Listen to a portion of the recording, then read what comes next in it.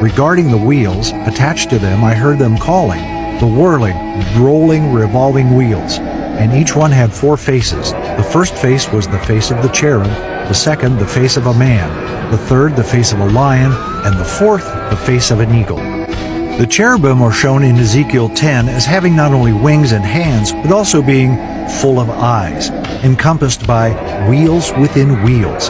However, Ezekiel also paints a gloomy tone in chapter 10, and the cherubim provide the hint. The prophet presents his vision that prophesies the destruction of Jerusalem.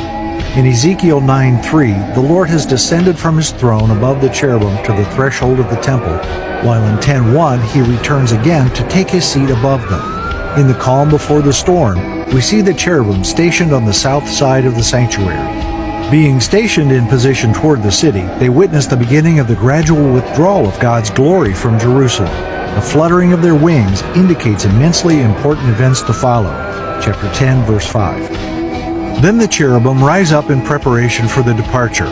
While Ezekiel 10 is difficult to understand, one point comes across clearly.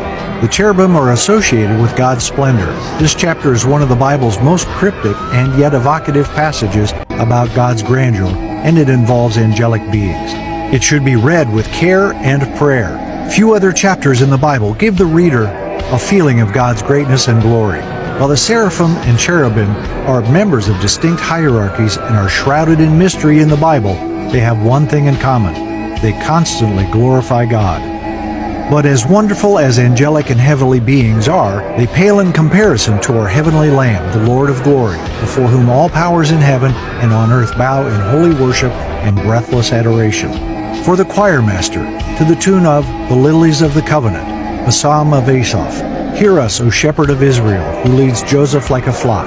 You who sit enthroned between the cherubim, shine forth." Psalms chapter 80, verse 1. The Lord reigns, let the nations tremble. He sits enthroned between the cherubim, let the earth shake. Psalm chapter 99, verse 1. God's glory will not be denied, and every heavenly being gives silent or vocal testimony to the splendor of God. In the tabernacle in the wilderness, designs representing the guardian cherubim formed a part of the mercy seat and were made of gold. Exodus chapter 25, verse 18. The cherubim did more than protect God's holy place from those who had no right to be there.